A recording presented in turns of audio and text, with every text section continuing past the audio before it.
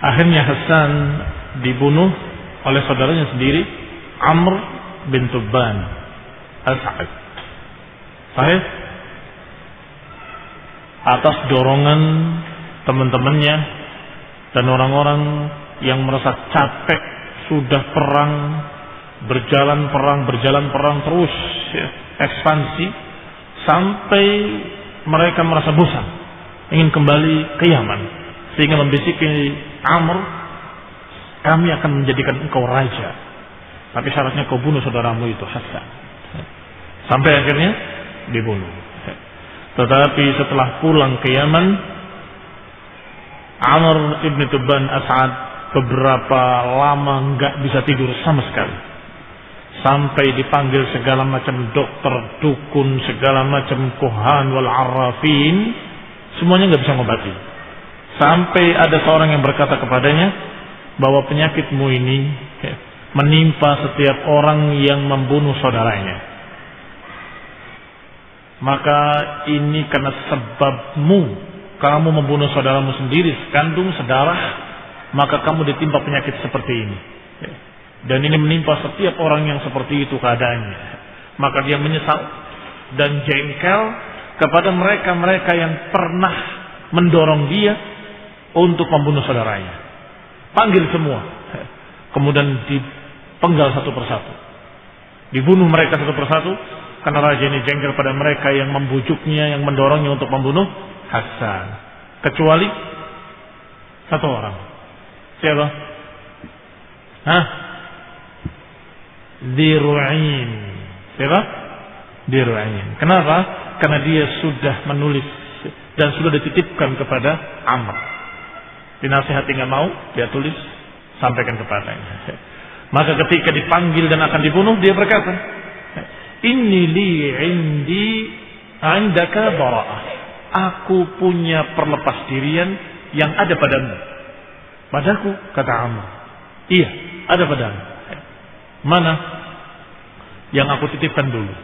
Ternyata dibuka titipannya, berbunyi bahwasanya kalau sampai mereka membunuh Hasan, aku berlepas diri daripadanya. Dan sungguh nikmat orang yang tidur dengan nyenyak tanpa memiliki sesuatu, dan sungguh mereka nanti akan susah tidur karena apa yang mereka lakukan. Maka dia menyatakan, engkau telah benar, engkau telah sadak. Sampai halaka Amr, sampai meninggalnya Amr bin Tubban As'ad.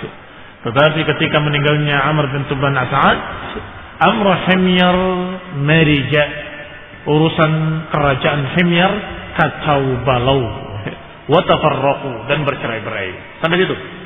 Baik. Bismillah wassalatu wassalamu ala Rasulillah wa ala alihi wa sahbihi wa mawalah. Wa ba'd. Qala Ibnu Hisham rahimahullah, "Fawasada 'alaihim rajulun min Himyar lam yakun min buyutil mamlakah." Karena sudah tercerai-berai kerajaan Himyar di Yaman, maka datanglah seseorang laki-laki yang segera menguasai dan memanfaatkan keadaan, yaitu seorang yang bernama Lakhni'ah Yanuh Dhu Shanair, atau kadang dibaca oleh mereka Dhu Shanair. Faqatala khiyarahum wa 'abatha bi buyuti ahli mamlakati minhum. Orang ini yang kemudian membunuh semua turunan kerajaan, keluarga kerajaan, dan kemudian berfoya-foya dengan semua harta benda kerajaan. Karena memang orang ini orang fasik. Wa kana Lakhni'ah imra'an fasiqan. Lakhni'ah adalah seorang yang fasik, bahkan ya'mal 'amala qaumi Lut, bahkan dia memiliki penyakit homo, penyakit yang dia tidak suka pada perempuan, sukanya sama laki-laki, laki-laki suka dengan laki-laki. Dan ini seperti kaum Lut yang Allah binasakan mereka. Allah azab mereka dengan diangkat desa mereka dan kemudian dikembalikan dalam keadaan terbalik, terhempas, sampai sekarang tanahnya dalam keadaan berbentuk danau, tertutup air, yang airnya sangat asinnya, yang tidak ada kehidupan sedikit pun. Itu pengaruh adab yang pernah diturunkan kepada kaum Lut karena perbuatan mereka, yaitu perbuatan homo. Maka Lakhni'ah ini adalah seorang yang fasik dan beramal dengan amal kaum Lut, homo. Fab'atha ila Zur'ah bin Nuwas ibn Tuban As'ad. Maka dia memanggil salah satu turunan raja yang tersisa, masih muda belia, namanya Zur'ah. Zur'ah atau dijuluki dengan kunyah Zinuwas ibn Tuban As'ad, saudaranya Hasan ibn Tuban As'ad. Wa kana sabiyan saghiran hina qutila Hasan. Dulu ketika Hasan dibunuh, Zur'ah ini masih kecil. Karena masih kecil tidak dihitung. Sehingga ketika Amr juga meninggal, dia belum ngerti apa-apa. Sampai akhirnya dikuasai oleh si fasik ini yang bernama Lakhni'ah. Ternyata berangsur-angsur besar menjadi pemuda yang ganteng. Thumma shabba ghulaman wasiman dahaibatin wa aqlin. Maka si Zur'ah ini menjadi seorang pemuda yang gagah, memiliki badan yang tegap, bagus dan cerdas. Falamma atahu rasuluhu arafa ma yuridu minhu. Karena cerdasnya ketika datang utusan raja fasik, kamu diundang, dipanggil oleh raja. Langsung dia paham, pasti urusannya itu. Karena dia senang dengan anak-anak muda yang ganteng, karena dia homo. Maka dia langsung paham. Fa'aqada sikinan hadidan latifan. Maka dia ambil pisau yang tipis tapi tajam. Fakhaba'ahu baina qadamihi wa na'lih. Dia letakkan antara kaki dengan sendalnya. Ini kaki, ini sendalnya, taruh di sini, diinjak di dalam sendalnya. Tsumma atahu, kemudian dia memenuhi panggilan raja. Falamma khala ma'ahu wataba ilaih. Ketika sudah di kamar berdua dengan raja tadi, wataba ilaih, raja tadi mulai mau memeluknya. Fawatabahu Dzunnuwas, maka Dzunnuwas lebih cepat menikamnya dengan pisau yang dia ambil dari kakinya. Fawaja'ahu hatta qatalah, maka ditikamnya sampai terbunuh raja tersebut. Tsumma kharaja 'alan nas, kemudian keluar menemui manusia. Kemudian mereka berkata, setelah melihat yang keluar justru Zur'ah ibn Tuban As'ad dengan kepalanya raja yang fasik tadi. Dan masyarakat, rakyat senang. Karena raja ini raja yang lalim, raja yang zalim, fasik, hanya berpaya-paya kerjaannya dan menindas rakyatnya. Sehingga ketika keluar pemuda tadi, dan memang dia yang berhak, karena dia turunan raja yang telah lalu, dan dia adalah saudaranya Hasan dan Amr, keluar dengan membawa kepalanya Lakhni'ah. Maka mereka pun berkata serentak, ma yanbaghi an yamlikuna ghairuka. Sungguh tidak pantas menguasai kami kecuali engkau, wahai Zur'ah. Enggak pantas memimpin kami sebagai raja kecuali engkau yang telah berjasa. Id arahtana min hadzal khabith. Engkau telah mengistirahatkan kami dari si khabith ini. Khabith adalah orang yang jelek, yang fasik. Famalakuhu wajtama'at alaihi himyar. Akhirnya masyarakat pun bersatu kembali di bawah pimpinan seorang raja yang memang dia turunan dari yang sebelumnya, yaitu Zur'ah ibn Tuban As'ad. Fajtama'at alaihi himyar wa qabailul Yaman. Maka bergabunglah penduduk Himyar dengan kabilah-kabilah dari suku-suku Yaman. Fakana akhiru muluk Himyar. Dan Zur'ah ini adalah raja terakhir dari kerajaan Himyar. Karena setelah itu akan kalah. Wa huwa sahibul ukhdud. Dan dia juga yang terjadi kisah padanya, yaitu kisah Ashabul Ukhdud. Faqama fi mulkihi zamanan. Dia berkuasa di Yaman sebagai raja Himyar sekian zaman.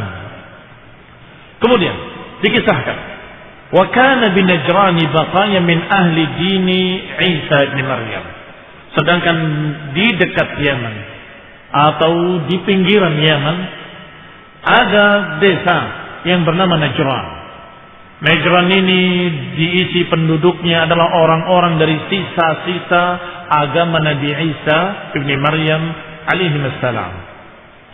yakni ahlu fadlin wa istiqamah, orang-orang yang memiliki utamaan, orang-orang yang memiliki iman, agamanya masih lurus, masih dalam keadaan mereka beribadah kepada Allah Subhanahu wa taala dan memuliakan Nabi Isa alaihi salam dan juga memuliakan ibunya Maryam alaihi salam. Sedangkan di Yaman apa agama mereka?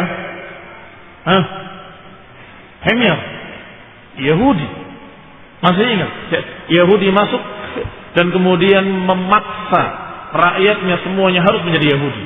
Maka mereka semuanya sudah beragama Yahudi. Wa khayyarahum baina dzalika wal qatl. Lahum ra'sun yuqalu lahu Abdullah ibn Tamir. Sedangkan di Najran agama mereka agama Nasrani dan agama mereka masih lurus, masih beribadah kepada Allah Subhanahu wa taala dengan tauhid, dan mereka adalah orang-orang yang ahlu fadlin wal istiqamah. Orang yang lurus dan orang yang memiliki keutamaan. Ala ra'sihim, dan dipimpin oleh pimpinan mereka yang bernama Abdullah ibn Tamir. Abdullah ibn Tamir. Maka ketika Raja Himyar mendengar sara ilaihim, maka berangkatlah mengutus pasukan besar kepada mereka. Rajanya yang kalian tahu tadi namanya, yaitu Nuwas atau Zur'ah, membawa tentara besar, fada'ahum ilal Yahudi, dan diajak seluruh penduduk Najran untuk menjadi Yahudi. Wa khayyarahum baina dzalika wal qatl, dan memaksa mereka, memilih mereka atau memberikan pilihan antara dua, mau menjadi Yahudi atau dibunuh. Faqadda lahum ukhdud, maka digali parit-parit dan kemudian dipaksa mereka untuk masuk Yahudi, kalau tidak maka dibakar dalam api. Faqarraqa man harraqa bin-nar, maka dibakarlah sebagian mereka dengan api. Wa qatala bis-sayf, dan sebagian lain dipenggal dengan pedang-pedangnya. Wa mutila bihim, bahkan sebagian mereka dicacati. Ini bukan hanya dibunuh, tetapi dipotong tangannya, dipotong telinganya, dipotong hidungnya. Hatta qutila minhum qariban min 20,000, hingga terbunuh di kalangan mereka hampir 20,000 orang, dibantai habis oleh pasukannya Nuwas.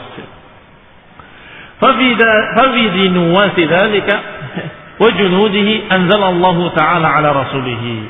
Maka kisah inilah yang diisyaratkan oleh Allah Subhanahu wa taala, yang Allah turunkan wahyunya kepada nabi kita Nabi Muhammad sallallahu alaihi wa ala alihi wasallam. Allah katakan qutila ashabul ukhdud an-nari dzatil waqud idhum 'alaiha qu'ud.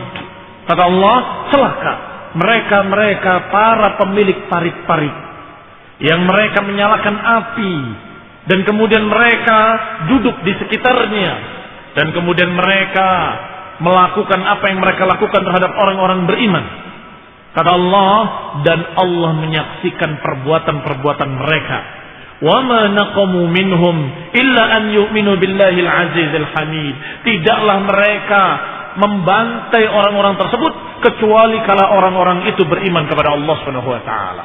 Kata Allah, tidaklah mereka membantai, membunuh, membakar, mencacati, memotong hidungnya, memotong tangannya, memotong telinganya. Semua itu mereka lakukan, tidak ada kesalahan kaum Najran. Enggak ada kesalahan mereka kecuali mereka beriman kepada Allah Subhanahu wa taala dan tidak mau menyekutukannya dengan sesuatu apapun. Wa yuqalu kana fi man qatala Nuwas Abdullah ibn Tamir. Dan dikisahkan pula di antara yang terbunuh adalah Abdullah ibn Tamir, pemimpin mereka. Ra'suhum wa imamuhum, pimpinan mereka dan imam mereka.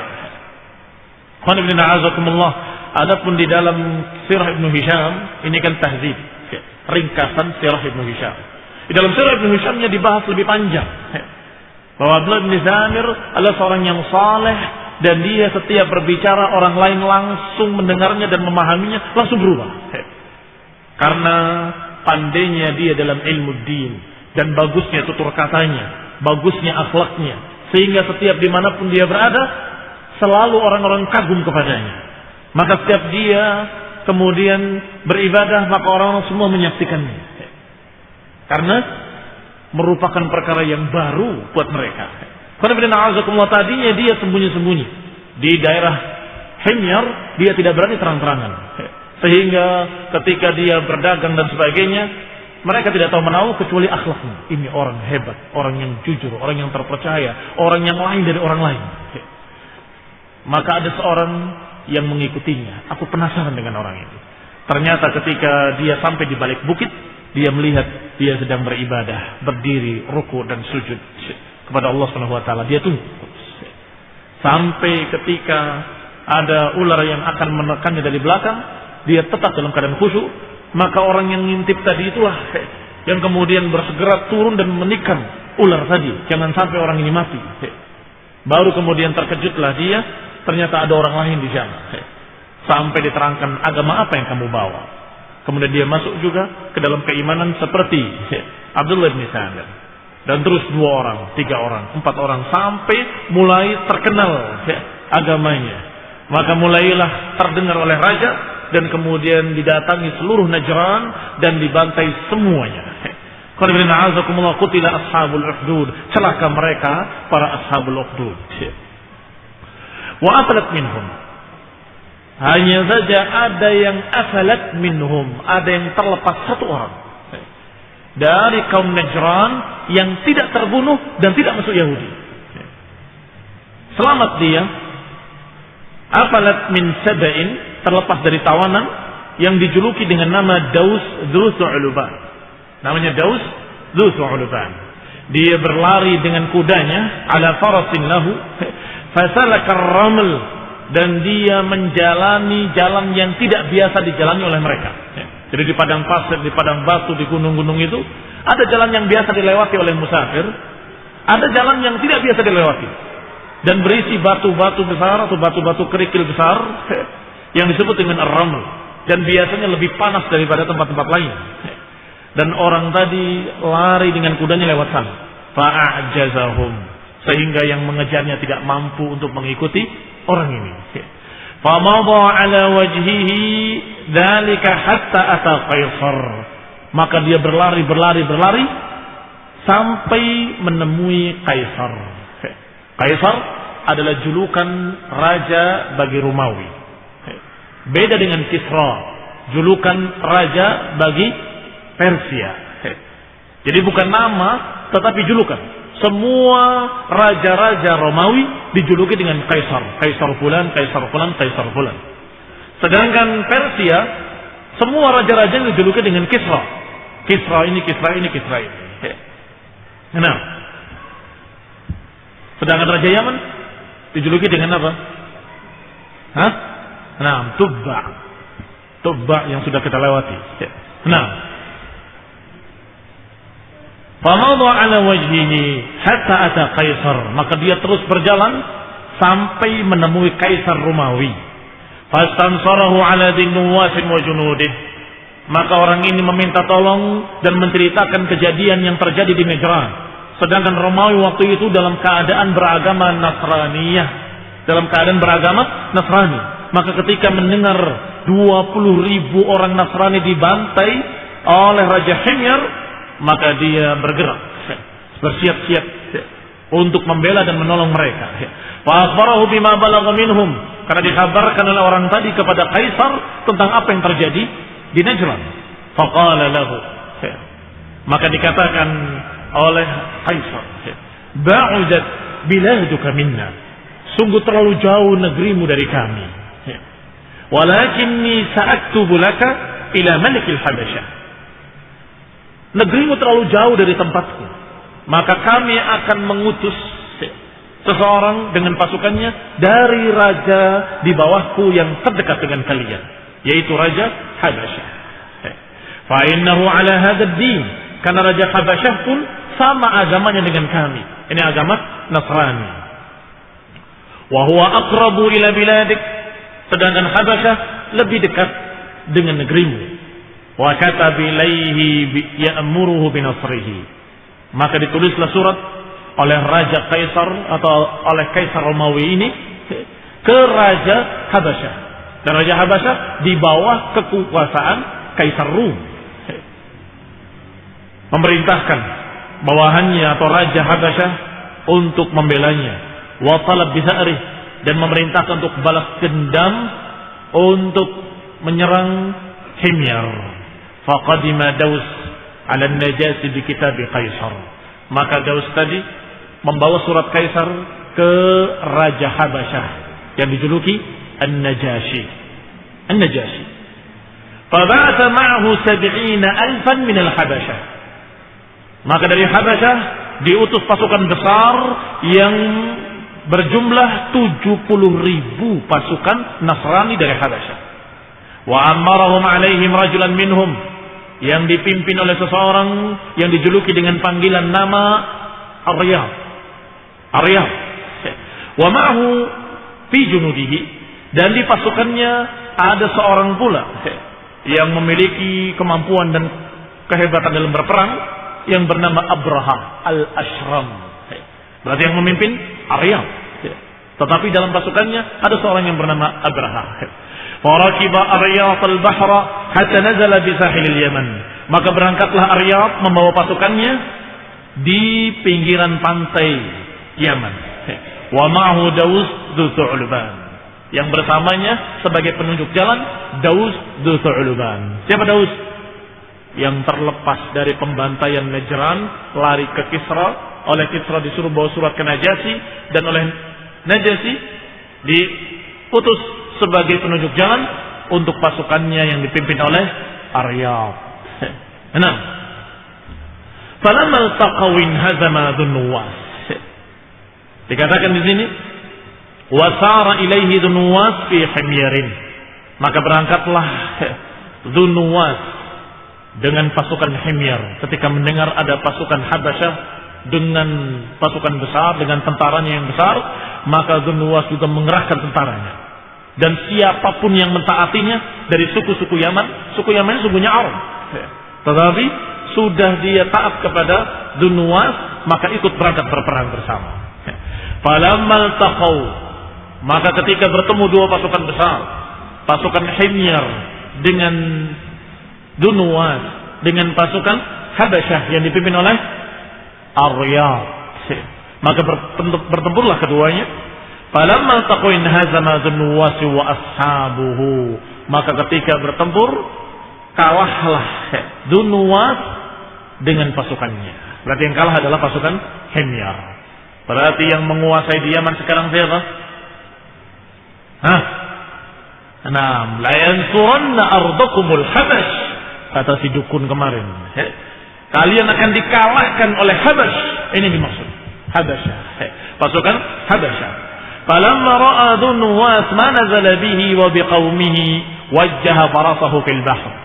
Maka Dzunnuwas ketika melihat pasukannya kalah dan pasukannya pontang-panting berantakan, maka dia pun lari dengan kudanya sampai ke lautan.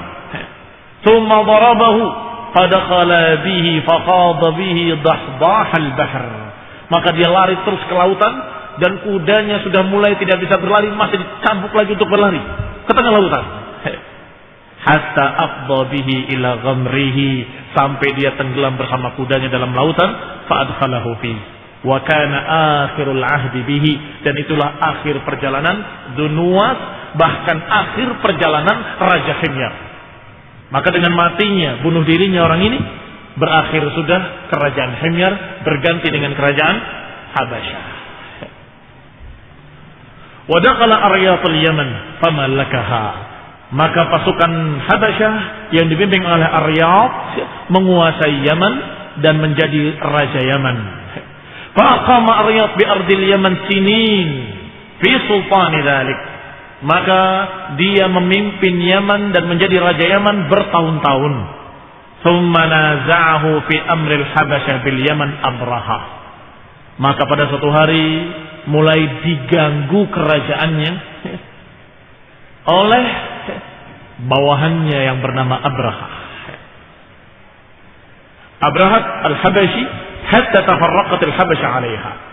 Mulai dihasut hingga sebagian tentaranya ikut Aryab dan sebagian tentara ikut Abraha.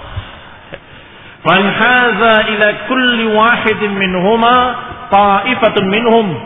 Maka mulai merapat masing-masing kelompok kepada pemimpinnya. Satu golongan mengikut kepada Aryab, satu golongan merapat kepada Abraha. Thumma zara ahaduhuma ila al-akhar dan kemudian satu kelompok dengan kelompok yang lain saling bertikai sampai hampir berperang. Falamma taqarraba an-nas arsala Abrahatu ila Aryab. Ketika sudah mulai genting dan hampir terjadi pertempuran yang sama-sama dari Habasyah, pertempuran yang sama-sama dari orang-orang yang diutus oleh Kaisar, mulai Abrahah berkata, mengutus utusannya untuk menyampaikan pesan. Innaka la tasna' bi an talqa al-habasyatu ba'daha bi ba'd hatta tasniha syai'an. Engkau jangan melakukan hal yang gegabah yang akan menyebabkan perpecahan pasukan Habasyah, yang akhirnya akan menghilangkan mereka semuanya hancur. Kalau mau, fabruz ilayya. Kalau mau, perang tanding bersamaku. Kamu lawan saya. Kalau kamu yang menang, semua pasukanku ikut kamu. Dan kalau saya yang menang, semua pasukanmu harus taat padaku. Tidak ada korban kecuali imma kamu dan saya. Ini ide dari Abrahah agar tidak terbantai pasukan Habasyah sebagian dengan sebagian yang lain. Qala fa ayyuna asaba sahibahu ansarifu ilaihi junduh. Maka siapapun yang terbunuh dari kita berdua, maka tentaranya bergabung dengan yang menang. Fa arsala ilaihi Aryab. Maka Aryab membalas suratnya, membalas utusannya dengan jawaban, ansafta, engkau telah berkata bijak. Usulanmu sangat bijaksana. Fa kharaja ilaihi Abraha wa kana rajulan qasiran lahiman. Maka terjadilah perang tanding antara dua orang ini, disaksikan dua pasukan tentara. Pasukan tentaranya Aryab dan pasukan tentaranya Abraha. Dan di tengahnya Abraha dengan Aryab bertanding, dan Abraha adalah seorang yang pendek, gemuk. Lahim. Lahim itu gemuk, banyak laham, banyak dagingnya, dan qasir, dia pendek. Wa kana dza dinin fin nasraniyah. Hanya saja dia lebih santri. Istilah mereka lebih beragama atau lebih beragama daripada Aryab. Wa kharaja ilaihi Aryab wa kana rajulan jamilan 'aziman tawilan. Adapun Aryab mulai keluar dia dari pasukannya, siap untuk perang tanding dalam keadaan seorang yang tinggi, gagah. Wa fi yadihi harbatan lah, wa fi yadihi harbatun lah, dan di tangannya ada tombak yang dipegangnya. Wa khalafa Abraha ghulamun lahu yuqalu lahu Atwadah. Tetapi Abraha punya budak yang setia membelanya dan diletakkan di belakang. Kamu di belakang saya. Apa maksudnya? Yamna dhahrahu. Dia melindungi punggungnya, jangan sampai ada yang membunuh dari belakang. Kamu lindungi saya dari belakang. Fa rafa'a Aryab al-hirbah fa daraba Abraha. Maka mulailah perang tanding antara Aryab dengan Abraha sampai ketika Aryab menikamkan tombaknya ke muka Abraha, yuridu yafuqahu, inginnya